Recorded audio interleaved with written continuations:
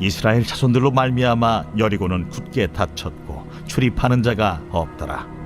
여호와께서 여호수아에게 이르시되 보라, 내가 여리고와 그 왕과 용사들을 네 손에 넘겨주었으니 너희 모든 군사는 그 성을 둘러 성주의를 매일 한 번씩 돌되 엿새 동안을 그리하라. 제사장 7은 7 양각 나팔을 잡고 언약궤 앞에서 나아갈 것이요 7째 날에는 그 성을 7번 돌며 그 제사장들은 나팔을 불 것이며 제사장들이 양각 나팔을 길게 불어 그 나팔 소리가 너희에게 들릴 때에는 백성은 다 큰 소리로 외쳐 부를 것이라. 그리하면 그 성벽이 무너져 내리리니 백성은 각기 앞으로 올라갈지니라. 눈의 아들 여호수아가 제사장들을 불러 그들에게 이르되 너희는 언약궤를 메고 제사장 7은 양각 나팔 7을 잡고 여호와의 궤 앞에서 나아가라. 하고 또 백성에게 이르되 나아가서 그 성을 돌되 무장한 자들이 여호와의 궤 앞에서 나아갈지니라. 여호수아가 백성에게 이르기를 마침에 제사장 7은 양각 나팔 7을 잡고 여호와 앞에서 나아가며 나팔을 불고 여호와의 언약궤는 그 뒤를 따르며 그 무장한 자들은 나팔 부는 제사장들 앞에서 행진하며 후군은 궤 뒤를 따르고 제사장들은 나팔을 불며 행진하더라. 여호수아가 백성에게 명령하여 이르되 너희는 외치지 말며 너희 음성을 들리게 하지 말며 너희 입에서 아무 말도 내지 말라. 그리하다가 내가 너희에게 명령하여 외치라 하는 날에 외칠지니라. 하고 여호와의 궤가 그 성을 한 번 돌게 하고 그들이 진영으로 들어와서 진영에서 자니라. 또 여호수아가 아침에 일찍이 일어나니 제사장들이 여호와의 궤를 메고 제사장 7은 양각 나팔 7을 잡고 여호와의 궤 앞에서 계속 행진하며 나팔을 불고 무장한 자들은 그 앞에 행진하며 후군은 여호와의 궤 뒤를 따르고 제사장들은 나팔을 불며 행진하니라. 그 둘째 날에도 그 성을 한 번 돌고 진영으로 돌아오니라. 엿새 동안을 이같이 행하니라.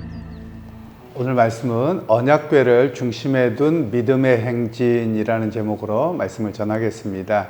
오늘 본문의 말씀은 우리가 여리고 작전이라는 표현으로 많이 들었던 내용들입니다.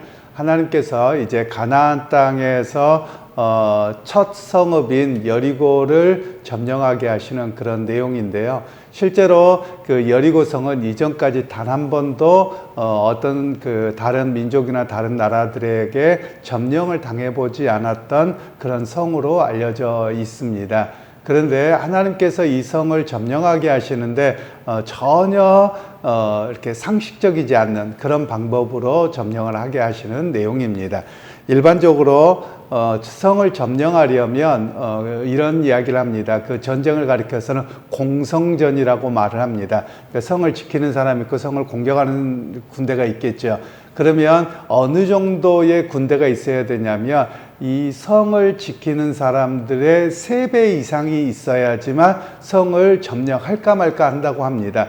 그 정도로 성을 점령하는 것은 어렵다는 거예요. 그래서 과거에는 우리나라도 마찬가지입니다만 우리나라에도 여러 지역에 가면 성이 있고 산성이 있고 이렇게 해서 성 안으로 들어가서 공성전을 펼치기 시작하면 그냥 외부에 있는 그 적들이 어떻게 못합니다. 그런데 공성전을 펼치면 어떻게 하냐면 단순하게 성만으로 들어가는 게 아니라 성의 물과 양식들을 버틸 수 있는 데까지 최대한으로 해놓고요. 그리고 그 성 밖에 있는 주택이 됐든 아니면 논밭이 됐든 이런 것들을 다 불태웁니다. 그리고 우물들에는 다 독을 타나 버립니다. 그렇게 하고서 공성전을 펼치는 것이 일반적인 전쟁의 방법입니다.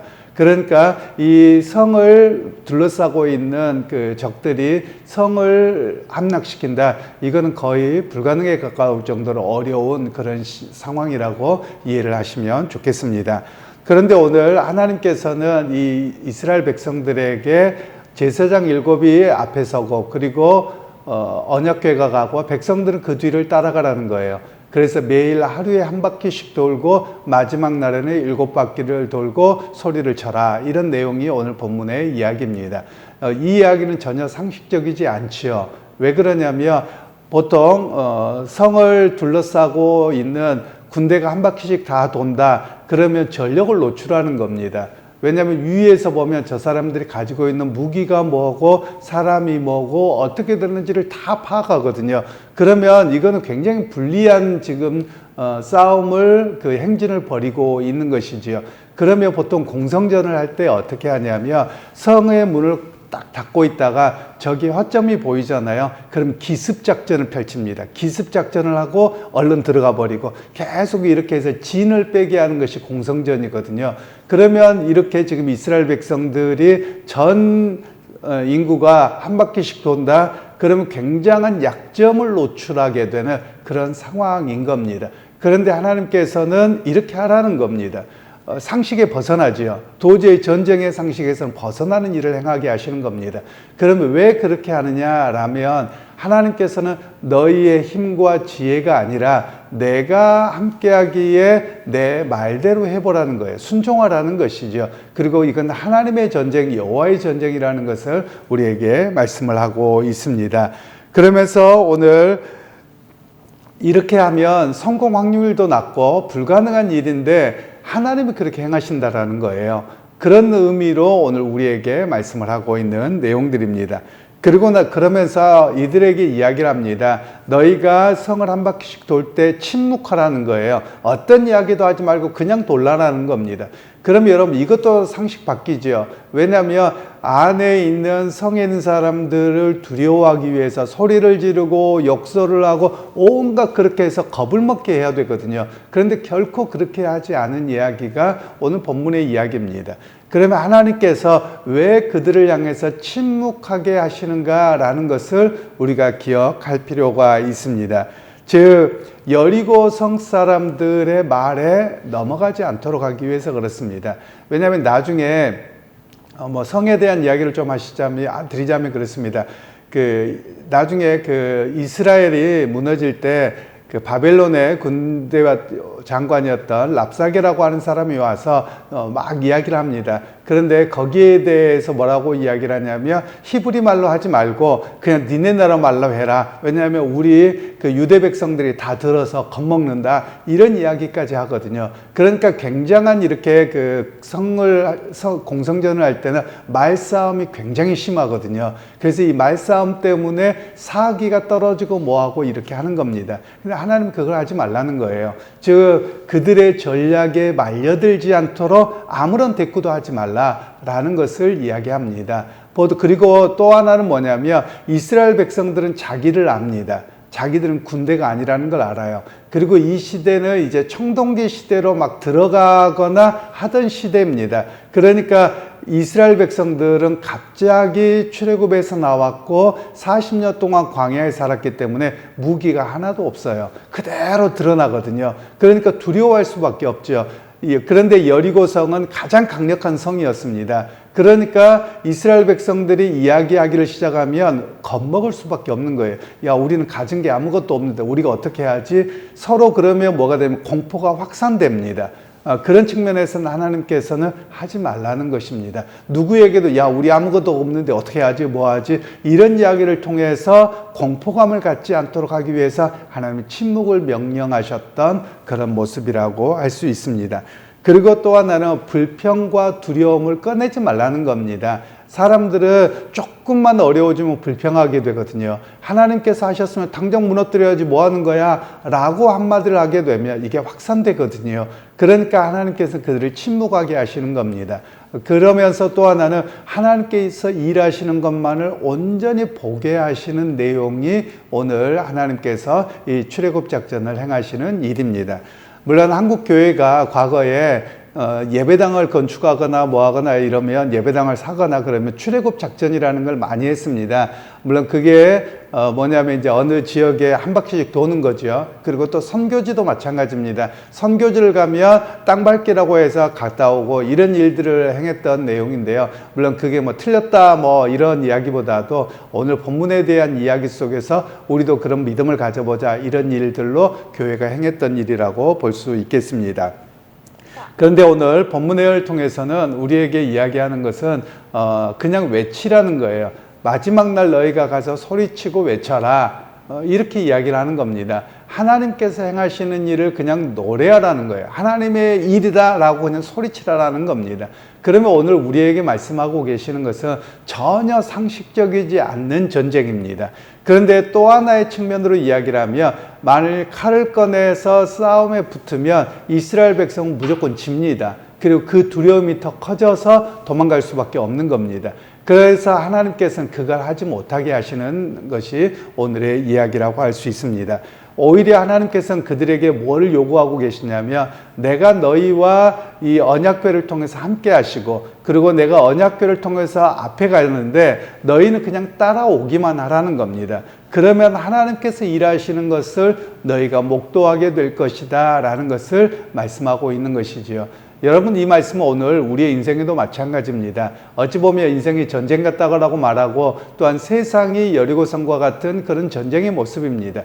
우리가 무엇을 하려고 하고 나를 드러내며 이길 수가 없습니다. 무슨 수로 이기겠습니까? 그런데 우리가 해야 될 일은 하나님의 말씀을 의지하고 믿음으로 나아가는 겁니다. 믿음으로 나아갈 때 그 하나님이 일하셨던 것을 고백하게 하시는 일입니다. 여러분 우리는 세상을 먼저 보면 무너집니다. 이스라엘 백성들이 실제로 여리고에 12명의 정탐꾼을 보냈을 때 대부분의 사람, 10명의 사람들은 다 부정적인 이야기를 합니다. 그런데 오히려 어떤 사람, 믿음으로 여호수아와 갈렙만 하나님이 주신다고 하셨습니다. 우리 밥입니다. 갑시다. 이렇게 이야기를 하는 것이거든요. 그러니까 무엇을 바라보느냐라는 겁니다. 그렇다고 해서 현실을 보고서 판단하지 말라는 게 아닙니다. 현실은 잘 인식할 필요가 있지만 현실을 뛰어넘어 역사하시는 믿음의 능력, 현실을 뛰어넘어서 하나님이 일하시거든요. 그것을 우리에게 바라보도록 하시는 겁니다. 그러니까 여러분 믿음이라고 하는 것은 어떤 측면에서 전혀 상식적이지 않습니다. 믿음은 현실적이지 않습니다. 믿음은 오히려 상식과 현실을 뛰어넘어 역사하는 것이 믿음이라는 것을 우리에게 말씀하고 계시는 것이죠. 그러기에 여러분 오늘 우리가 많은 경우에 믿음이라고 하는 믿음 생활을 하면서 오늘날 사람들이 믿음이 약해졌습니다. 왜 믿음이 약해졌냐면 현실을 보거든요. 그리고 상식이라는 이름으로 믿음으로 행하지 않습니다. 오늘 이 상식과 현실의 인식으로 보면 여리고성을 한 바퀴 돈다? 그 말도 안 되는 이야기입니다. 이거 어떻게 전쟁으로 보거나 뭘로 보거나 전혀 말도 안 되는 장난도 아니고 이게 뭐냐라고 할 거예요. 그런데 하나님께서 행하시기 때문에 그 길을 따라가는 겁니다. 오늘 우리 역시 마찬가지입니다. 우리가 세상의 삶을 살아갈 때 우리가 현실을 잘 파악하는 건 필요하지만 현실 때문에 무너지지 않아야 됩니다. 그리고 현실의 높은 것 때문에 불평하지 않아야 됩니다. 오히려 믿음의 사람은 하나님께서 말씀하시니 그 말씀을 붙들고 오늘도 갑니다. 우리가 어떻게 될지 잘 모릅니다. 어떻게 될지 모르지만 하나님이 가라고 하고 하나님이 함께 하신다고 하니까 그 길을 가겠습니다. 이게 바로 믿음의 사람들의 믿음의 행진의 모습이라고 이야기를 하는 것입니다. 그러기에 여러분 오늘 하루의 삶 속에서도 주님이 여러분과 함께 하실 것입니다. 그리고 그 주님이 함께 하시기에 내가 세상에 대한 두려움에 대해서 세상 미래에 대한 걱정에 무너지지 않게 하시고 그 삶을 인도하실 것을 내가 기대하고 살아갑니다. 이런 고백이 바로 여러분의 고백이 되어서 오늘 또 믿음의 행진들을 이어가는 여러분 모두가 되기를 주님의 이름으로 축원합니다. 하나님 오늘 또 우리에게 이스라엘 백성들의 사실은 현실에 대한 인식이 없어 보이지만 하나님의 말씀하시기에 걸어갔던 모습, 우리의 모습이 되기를 원합니다. 주님이 함께 하시기에 오늘 또 믿음의 행진을 한 걸음 한 걸음 걸어갈 때 역사하시고 인도하시는 것을 경험하게 하옵소서. 예수님의 이름으로 기도하옵나이다. 아멘.